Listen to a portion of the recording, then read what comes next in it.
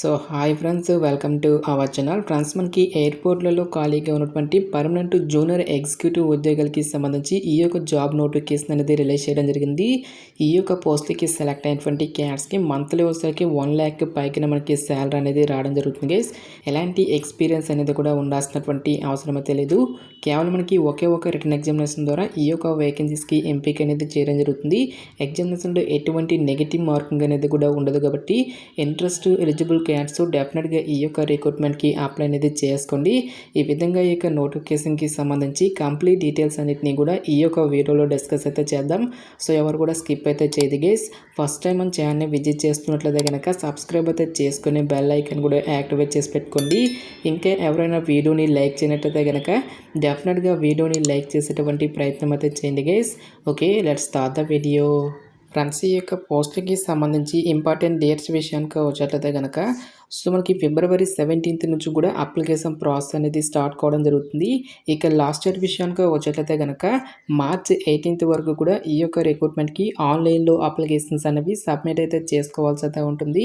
So ఇక పోస్ట్కి సంబంధించి కంప్యూటర్ బేస్డ్ ఎగ్జామినేషన్కి సంబంధించిన డీటెయిల్స్ అన్నిటిని కూడా మనకి ఫర్దర్గా ఆఫీషియల్ వెబ్సైట్లో అయితే అనౌన్స్ అయితే చేయడం జరుగుతుందని చెప్పేసి ఇక్కడ మనకి జాబ్ డీటెయిల్స్లోనే క్లియర్గా మెన్షన్ చేయడం జరిగింది. సో ఇక ఆఫీషియల్ వెబ్సైట్ లింక్ అనేది వీడియో డిస్క్రిప్షన్లోను కామెంట్ సెక్షన్ అయితే ప్రొవైడ్ అయితే చేస్తాను గైస్. నెక్స్ట్ ఈ యొక్క పోస్ట్కి ఎవరెవరు అప్లై చేసుకోవచ్చు అని చూసుకున్నట్లయితే కనుక only Indian nationals fulfilling eligibility criteria can apply for the above post అని చెప్పేసి ఇవ్వడం జరిగింది. So all Indian national citizens అందరికీ కూడా మనకి ఈక్వల్ ఛార్జెస్ అనేవి ఇవ్వడం జరిగింది కాబట్టి సో మీరు ఆంధ్ర అయినా తెలంగాణ అయినా ఈ విధంగా మీరు ఏ స్టేట్కి చెందిన వారైనా సరే both male and female candidates ఇద్దరు కూడా ఈ యొక్క రిక్రూట్మెంట్కి అప్లై అనేది చేసుకోవచ్చు. సో ఇక పోస్ట్లకి సెలెక్ట్ అయినటువంటి క్యాండిడేట్స్కి మనకి పే స్కేల్ అనేది ఏ విధంగా ఉంటుంది అని చూసుకున్నట్లయితే కనుక సో E1 లెవెల్ కింద మీకు బేసిక్ పైన 40,000 రూపీస్ అనేది పే చేయడం జరుగుతుంది. సో ఇక బేసిక్ పేతో పాటు చాలా రకాల కేంద్ర ప్రభుత్వానికి సంబంధించి అలవెన్సెస్ అనేవి కూడా మనకి పే చేయడం జరుగుతుంది. లైక్ మనకి DNS allowances, house rent allowances, CPF, gratuity, social security స్కీమ్స్తో పాటుగా మెడికల్ బెనిఫిట్స్ అని చెప్పేసి ఈ విధంగా మనకి చాలా రకాల కేంద్ర ప్రభుత్వానికి సంబంధించి అలవెన్సెస్ అనేవి కూడా మనకి ప్రొవైడ్ అయితే చేయడం జరుగుతుంది. ఈ విధంగా అన్ని అలవెన్సెస్ కలుపుకుంటే మనకి అప్రాక్సిమేట్లీ వచ్చేసరికి 13 lakhs per annum salary package అనేది వీలైతే ఆఫర్ అయితే చేయడం జరుగుతుంది. సో మంత్లీ క్యాల్కులేట్ చేసుకున్నట్లయితే కనుక దాదాపుగా మనకి 1 lakh పైగానే మనకి శాలరీ అనేది రావడం జరుగుతుంది. సో ఇక పోస్ట్లకి సంబంధించి అప్లై చేసుకోవడానికి మీకు ఉండాల్సినటువంటి ఏజ్ లిమిట్ విషయానికి వచ్చినట్లయితే కనుక March 18th, 2025 నాటికి మీకు మినిమం ఏజ్ అనేది 18 years అయితే కంప్లీట్ అయి ఉండాలి. జనరల్ అభ్యర్థులు వచ్చేసరికి 27 years వరకు కూడా అప్లై అనేది చేసుకోవచ్చు. నెక్స్ట్ మనకి క్యాస్ట్ వరకు కూడా ఏజ్ రిలాక్సేషన్స్ అనేవి ఉంటాయి కాబట్టి ఓబీసీ క్యాండిడేట్స్ వచ్చేసరికి 30 years వరకు, ఎస్సీ ఎస్టీ క్యాండిడేట్స్ వచ్చేసరికి 32 years, నెక్స్ట్ పీడబ్ల్యూడీ క్యాండిడేట్స్ వచ్చేసరికి 37 years వరకు కూడా అప్లై చేసుకోవడానికి ఛాన్స్ అనేది కల్పిస్తూ ఉన్నారు.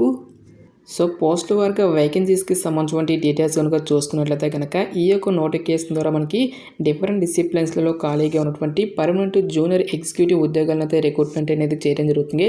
సో మనకి ఫైర్ సర్వీసెస్ విభాగంలో టోటల్గా మనకి 13 వేకెన్సీస్, హ్యూమన్ రిసోర్స్ విభాగంలో మనకి 66 వేకెన్సీస్, అఫీషియల్ లాంగ్వేజ్ విషయంలో మనకి టోటల్గా 4 వేకెన్సీ అనేవి కేటాయించడం జరిగింది.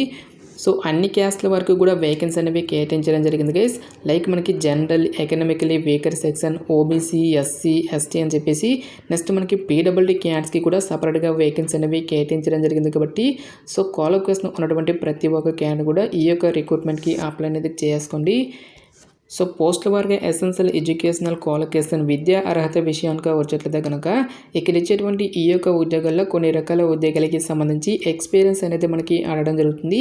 సో ఎటువంటి ఎక్స్పీరియన్స్ అనేది అవసరం లేకుండా మనము అప్లై చేసుకోదగినటువంటి పోస్టులను గురించి మాత్రమే ఈ యొక్క వీడియోలో మనం డిస్కస్ అయితే చేద్దాం. ఫస్ట్ ఆఫ్ ఆల్ ఇక్కడ మనకి ఫైర్ సర్వీసెస్ విభాగంలో ఉన్నటువంటి ఈ యొక్క జూనియర్ ఎగ్జిక్యూటివ్ ఉద్యోగాలకు వచ్చేసరికి ఎవరైతే ఫైర్ ఇంజనీరింగ్, మెకానికల్, ఆటోమొబైల్ అనేటువంటి ఈ యొక్క బ్రాంచెస్లలో బీఏ ఆర్ బీటెక్ అనేది ఎవరైతే కంప్లీట్ చేసినటువంటి క్యాండిడేట్స్ ఉంటారో వాళ్ళు మాత్రమే ఈ యొక్క జాబ్స్కి అప్లై చేసుకోవాల్సి అయితే ఉంటుంది. ఎలాంటి ఎక్స్పీరియన్స్ ఏమీ కూడా ఉండాల్సినటువంటి అవసరం అయితే లేదు గైస్.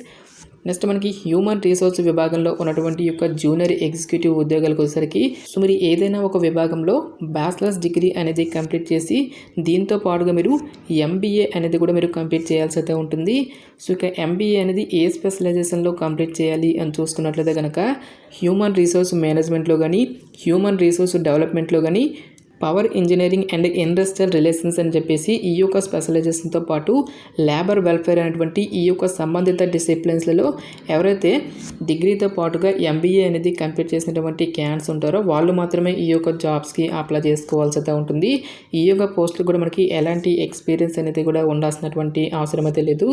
సో ఇక్కడ మనకి అఫీషియల్ లాంగ్వేజ్లో వచ్చేటువంటి ఈ యొక్క జూనియర్ ఎగ్జిక్యూటివ్ ఉద్యోగాలకు వచ్చేసరికి క్వాలిఫికేషన్తో పాటు మనకి ఎక్స్పీరియన్స్ అనేది అడగడం జరుగుతుంది. కాబట్టి ఈ యొక్క పోస్ట్ని అయితే స్కిప్ అనేది చేయడం జరుగుతుంది. నెక్స్ట్ ఈ యొక్క పోస్ట్కి సంబంధించి అప్లికేషన్ ప్రాసెస్ విషయానికి వచ్చేట్లయితే కనుక ఓన్లీ ఆన్లైన్లోనే అప్లై చేసుకోవాల్సి అయితే ఉంటుంది. సో ఇక పోస్ట్కి సంబంధించి అప్లై లింక్స్ అన్నింటినీ కూడా వీడియో డిస్క్రిప్షన్లోను కామెంట్ సెక్షన్ అయితే ప్రొవైడ్ అయితే చేస్తాను గైస్. నెక్స్ట్ ఈ యొక్క వేకెన్సీస్కి సంబంధించి అప్లికేషన్ ఫీజుకి సంబంధించి డీటెయిల్స్ కనుక చూసుకున్నట్లయితే కనుక ఎవరైతే SC ST PWD all female candidates ఎవరైతే ఉంటారో ఈ యొక్క క్యాండిడేట్స్ ఎటువంటి అప్లికేషన్ ఫీజు అనేది కూడా పే చేయాల్సినటువంటి అవసరం అయితే లేదు. ఈ యొక్క క్యాండిడేట్స్ అందరూ కూడా ఫ్రీగా అప్లై అనేది చేసుకోవచ్చు గైస్.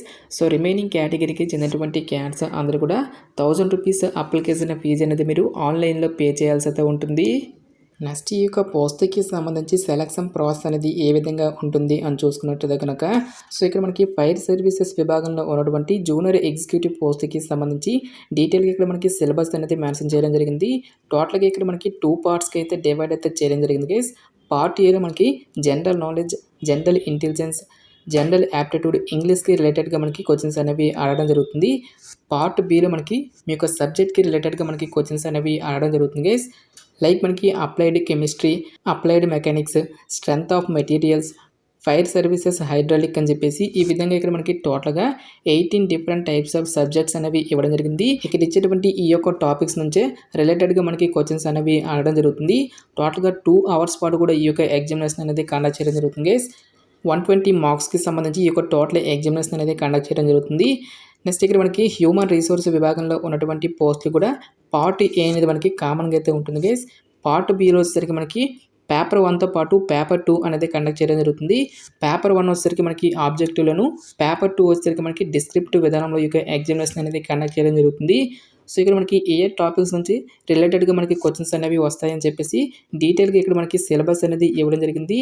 ఇక్కడ ఇచ్చేటువంటి ఈ యొక్క పర్టికులర్ టాపిక్స్ నుంచే రిలేటెడ్గా మనకి క్వశ్చన్స్ అనేవి అడగడం జరుగుతుంది గైస్.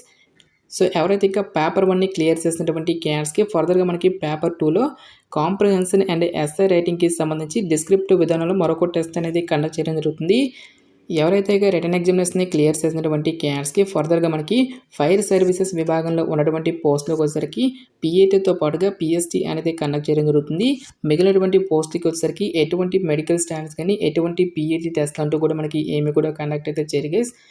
నెక్స్ట్ ఫైర్ సర్వీసెస్ విభాగంలో ఉన్నటువంటి జూనియర్ ఎగ్జిక్యూటివ్ ఉద్యోగులకి సంబంధించి ఫిజికల్ స్టాండర్డ్స్ కనుక చూసుకున్నట్లయితే కనుక మేల్ క్యాండిడేట్స్ వచ్చేసరికి 167 సెంటీమీటర్స్ అనేది హైట్ అయితే ఉండాల్సి అయితే ఉంటుంది గైస్. మినిమం వెయిట్ అనేది 55 కేజీస్ అనేవి ఉండాలి. నెక్స్ట్ చెస్ట్ విషయానికి వచ్చేట్లయితే కనుక వితౌట్ ఎక్స్పాన్షన్ వచ్చేసరికి 81 సెంటీమీటర్స్, ఎక్స్పాన్షన్ వచ్చేసరికి మనకి 5 సెంటీమీటర్స్ అనేది ఇంక్రీజ్ అయితే అవ్వాల్సి అయితే ఉంటుంది. సో ఫీమేల్ క్యాండిడేట్స్ వచ్చేసరికి జస్ట్ మీరు 157 సెంటీమీటర్స్ అనేది హైట్ ఉంటే సరిపోతుంది గైస్. మినిమం వెయిట్ అనేది 45 కేజీస్ అనేవి ఉండాలి. ఎటువంటి చెస్ట్ అంటూ కూడా మనకి ఏమి కూడా ఉండదు గైస్. నెక్స్ట్ ఇక్కడ మనకి ఐ విజన్కి సంబంధించిన డీటెయిల్స్ని కూడా మెన్షన్ చేయడం జరిగింది. ఎవరైతే ఫిజికల్ మెజర్మెంట్ టెస్ట్ని క్లియర్ చేసినటువంటి క్యాండిడేట్స్కి ఫర్దర్గా మనకి ఫిజికల్ ఎండ్యూరెన్స్ టెస్ట్ అనేది కండక్ట్ చేయడం జరుగుతుంది. ఫస్ట్ ఆఫ్ ఆల్ మీరు 16 సెకండ్స్లో ఈ యొక్క 100 మీటర్స్కి సంబంధించి రన్నింగ్ అనేది ఉంటుంది. ఈ యొక్క రేస్ అనేది మీరు కంప్లీట్ చేయాల్సి అయితే ఉంటుంది గైస్. నెక్స్ట్ 40 సెకండ్స్ పాటు కూడా 50 కేజీస్ గల శాండ్ బ్యాగ్ని పట్టుకొని మీరు 50 మీటర్స్ అనేది మీరు వేయాల్సి అయితే ఉంటుంది. నెక్స్ట్ పోల్ క్లైంబింగ్ అనేది ఉంటుంది. 30 సెకండ్స్లో మీరు 1/3 హైట్ అనేది ఎక్కాల్సి అయితే ఉంటుంది.